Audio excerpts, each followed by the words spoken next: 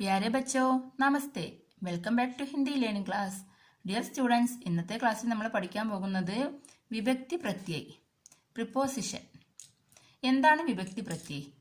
ഒരുപാട് വാക്കുകളെ നമ്മൾ അർത്ഥമുള്ള വാക്യങ്ങളാക്കി മാറ്റാൻ നമ്മെ സഹായിക്കുന്നതാണ് ഹിന്ദിയിൽ വിഭക്തി എന്ന് പറയുന്നത്.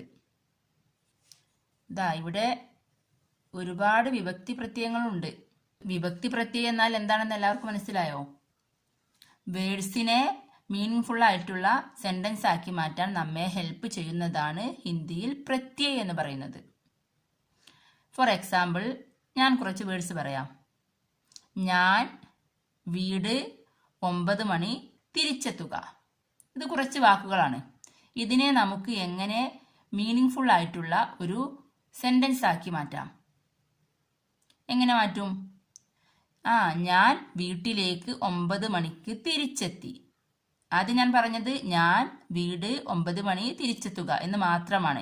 അതിനെ സെന്റൻസ് ആക്കി മാറ്റിയപ്പോൾ ഞാൻ വീട്ടിലേക്ക് 9 മണിക്ക് തിരിച്ചെത്തി എന്നായി. അവിടെ നമ്മൾ വീട് എന്നുള്ളത് വീട്ടിലേക്ക് എന്നാക്കി. അതുപോലെ 9 മണി എന്നുള്ളത് 9 മണിക്ക് എന്നൊക്കെ ആക്കി നമ്മൾ അതിനൊരു സെന്റൻസ് ആക്കി മാറ്റി. അപ്പോൾ ഈ വേർഡ്സിനെ എങ്ങനെ സെന്റൻസ് ആക്കി മാറ്റാം എന്നതിന് ഹെൽപ്പ് ചെയ്യുന്നതാണ് പ്രത്യയങ്ങൾ, വിഭക്തി പ്രത്യയ്. നമുക്ക് നോക്കിയാലോ. നെ, കാ, കെ, കി, കോ, സെ, മേം, പർ, കെ ലിയെ. നെ, കാ, കെ, കി, കോ, സെ, മേം, പർ, കെ ലിയെ. ഇവയെ നമുക്ക് വിശദമായിട്ട് പഠിക്കാം. ഫസ്റ്റ് വൺ, നെ. നേക്ക് ഇവിടെ പ്രത്യേകിച്ച് അർത്ഥമില്ല. നേ നമ്മൾ ഭൂതകാലത്തിന്റെ കൂടെ ചേർക്കുന്നതാണ്. ഫോർ എക്സാമ്പിൾ, രവി നെ കിതാബ് പഠ. രവി പുസ്തകം വായിച്ചു. നമ്മൾ ചെയ്തു കഴിഞ്ഞ ഒരു കാര്യത്തെ സൂചിപ്പിക്കുമ്പോഴാണ് നമ്മൾ അവിടെ നേ എന്ന പ്രത്യയം ചേർക്കുന്നത്. ഇനി കാ, കെ, കി. കാ, കെ, കി എന്നുള്ളതിന് ഒരുപാട് അർത്ഥങ്ങളുണ്ട്. ന്റെ, യുടെ, ഉള്ള, ലെ. ഇത് 4 ഈ 3ന്റെയും അർത്ഥമാണ്. പക്ഷെ ഇത് നമ്മൾ ചേർക്കുമ്പോൾ പുല്ലിംഗവും സ്ത്രീലിംഗവും ബഹുവചനവും ഒക്കെ ശ്രദ്ധിച്ച് വേണം ചേർക്കാൻ. നമുക്ക് എക്സാമ്പിൾ നോക്കുമ്പോൾ മനസ്സിലാകും. ഇവയുടെ എല്ലാം എക്സാമ്പിളിലേക്ക് പോകാം. ഇനി ഇവയുടെ എക്സാമ്പിൾസ് നോക്കാം.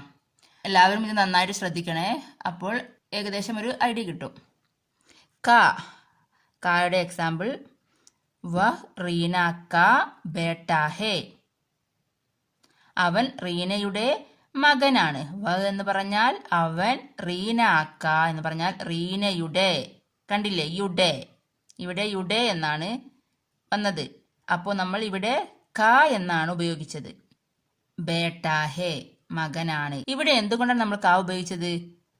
മനസ്സിലായോ? ഇവിടെ നമ്മൾ ഈ കായുടെ ശേഷം വരുന്ന വാക്ക് ഏതാണെന്ന് നോക്കുക. ഇത് പുല്ലിംഗം ഏകവചനമാണെങ്കിൽ നമ്മൾ ഇവിടെ ക എന്നാണ് ഉപയോഗിക്കുക. ബേട്ട, ബേട്ട എന്ന് പറഞ്ഞാൽ മകൻ, അത് പുല്ലിംഗമാണ്, ഏകവചനവുമാണ്. അപ്പോൾ നമ്മൾ ഇവിടെ ക ഉപയോഗിക്കുന്നു. അവൻ റീനയുടെ മകനാണ്. ഇനി കെ വരുന്നതോ? കെ വരുന്നത് പുല്ലിംഗവും ബഹുവചനവും ആകുമ്പോഴാണ് കെ നമ്മൾ എഴുതുന്നത്. ഫോർ എക്സാമ്പിൾ, യേ രാമു കെ ശിക്ഷക് ഹേ. ഇവർ രാമുവിന്റെ അധ്യാപകരാണ്. യേ എന്ന് പറഞ്ഞാൽ ഇവർ. അപ്പൊ എന്തായി? അവിടെ അത് ബഹുവചനമാണ്. രാമു കെ ശിക്ഷക് ഹേ, അധ്യാപകരാണ്, രാമുവിന്റെ അധ്യാപകരാണ്. അപ്പൊ ഇത് ബഹുവചനവുമാണ് പുല്ലിംഗവുമാണ്. അപ്പൊ ഇവിടെ നമ്മൾ കെ ഉപയോഗിക്കുന്നു. ഇനി നെക്സ്റ്റ് കി. കി എവിടെയാണ് ഉപയോഗിക്കുന്നത്? കി സ്ത്രീലിംഗത്തിന്റെ കൂടെയാണ് ഉപയോഗിക്കുന്നത്. സ്ത്രീലിംഗം ഏകവചനമായാലും സ്ത്രീലിംഗം ബഹുവചനമായാലും കി എന്ന് തന്നെയാണ് ഉപയോഗിക്കുക. ഫോർ എക്സാമ്പിൾ, യഹ് രാധാ കി ബഹൻ ഹേ. ഇത് രാധയുടെ സഹോദരിയാണ്.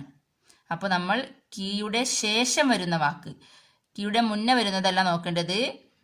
കീയുടെ ശേഷം വരുന്നത് സ്ത്രീലിംഗമാണോ പുല്ലിംഗമാണോ ബഹുവചനമാണോ ഏതാണെന്ന് നോക്കിയിട്ട് നമ്മൾ ഇവിടെ ഏത് വിഭക്തിയാണെന്ന് തീരുമാനിക്കും. അപ്പൊ ഇവിടെ ബഹൻ എന്നുള്ളത് സ്ത്രീലിംഗമാണ്. അതുകൊണ്ട് നമ്മൾ ഇവിടെ കീ എന്ന വിഭക്തിയാണ് ഉപയോഗിച്ചത്. മനസ്സിലായോ? ഇനി നെക്സ്റ്റ് കോ. കോക്ക് ഒരുപാട് മീനിങ് ഉണ്ട്. ക്, ന്, യേ,. അവൾക്ക്, അവന്, അവളെ. അവയെ എന്നൊക്കെ പറയുമ്പോൾ ഉപയോഗിക്കുന്ന വിഭക്തിയാണിത്. ഫോർ എക്സാമ്പിൾ, അപ്പോൾ കോ എന്നുള്ളതിന് ഉദാഹരണം അനിത കോ കലം ദിയ, അനിതയ്ക്ക് പേന കൊടുത്തു. ഇവിടെ നമ്മൾക്ക് ക്ക് എന്നാണ് മീനിങ് വേണ്ടത്. അനിതക്ക് പേന കൊടുത്തു. അപ്പോൾ നമ്മളിവിടെ കോ ഉപയോഗിക്കുന്നു.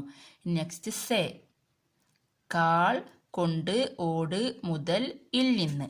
ഒരുപാട് മീനിങ്ങുകളുണ്ട് സേക്ക്. അവളേക്കാൾ, അതുകൊണ്ട്, അവനോട്, അത് മുതൽ അല്ലെങ്കിൽ രാവിലെ മുതൽ എന്നൊക്കെ പറയാറില്ലേ. പിന്നെ ഇൽ നിന്ന് പറഞ്ഞാൽ സ്കൂളിൽ നിന്ന്, വീട്ടിൽ നിന്ന് എന്നൊക്കെ പറയുമ്പോൾ ഉപയോഗിക്കുന്നതാണ് ഈ സേ.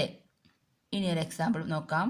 രാജു കലം സേ ലിഖ്താ ഹേ, രാജു പേന കൊണ്ട് എഴുതുന്നു. കൊണ്ട് എന്ന് മീനിങ് വരുന്നതാണ് നമ്മളിവിടെ ഉപയോഗിച്ചത്. അപ്പോൾ സേ. ഇനി സ്കൂളിൽ നിന്ന് എന്നൊക്കെ പറയുമ്പോൾ സ്കൂൾ സേ. ഇനി മേം എന്ന് പറഞ്ഞാലുള്ള മീനിങ് ഇൽ, ഉള്ളിൽ, അകത്ത്. ബാഗിൽ, ബാഗിന്റെ ഉള്ളിൽ, ബാഗിന്റെ അകത്ത് എന്നൊക്കെ നമ്മൾ പറയാറില്ലേ. ഇതുകൊണ്ടൊരു സെന്റൻസ് എഴുതിയാലോ. കുയേ മേ പാനി ഹേ, കുയ എന്ന് പറഞ്ഞാൽ കിണർ, മേം കിണറ്റിൽ, കിണറ്റിൽ വെള്ളമുണ്ട്. ഇനി പർ എന്ന് പറഞ്ഞാൽ മുകളിൽ, മേൽ, മരത്തിനു മുകളിൽ, മേശയ്ക്കു മുകളിൽ, മേശമേൽ എന്നൊക്കെ പറയില്ലേ. അപ്പോൾ നമ്മൾ പർ എന്നാണ് ഉപയോഗിക്കുന്നത്. ഫോർ എക്സാമ്പിൾ, മേസ് പർ കിതാബ് ഹേ, മേശയുടെ മുകളിൽ പുസ്തകമുണ്ട്. സംജാ? ഓക്കെ, നെക്സ്റ്റ് കേലിയെ. കേലി എന്ന് പറഞ്ഞതിന്റെ മീനിങ് വേണ്ടി. ഫോർ എക്സാമ്പിൾ, പിതാജി രമ കേലിയെ കലം ഖരീദ, അച്ഛൻ രമയ്ക്ക് വേണ്ടി പേന വാങ്ങി. അപ്പോൾ നമ്മളിവിടെ വേണ്ടി എന്ന് പറയാൻ ഉപയോഗിച്ചത് കേലിയെ. രമയ്ക്ക് വേണ്ടി എന്ന് പറയുമ്പോൾ രമ കേലിയെ. മനസ്സിലായോ? അപ്പോൾ ഇതാ ഇത്രയേ ഉള്ളൂ. ഇത് എഴുതിയെടുത്ത് നന്നായിട്ട് പഠിക്കുക. അപ്പോൾ ഇന്നത്തെ ഈ വീഡിയോ എല്ലാവർക്കും യൂസ്ഫുൾ ആയെന്ന് കരുതുന്നു. ആയെങ്കിൽ like, share and subscribe. Thank you.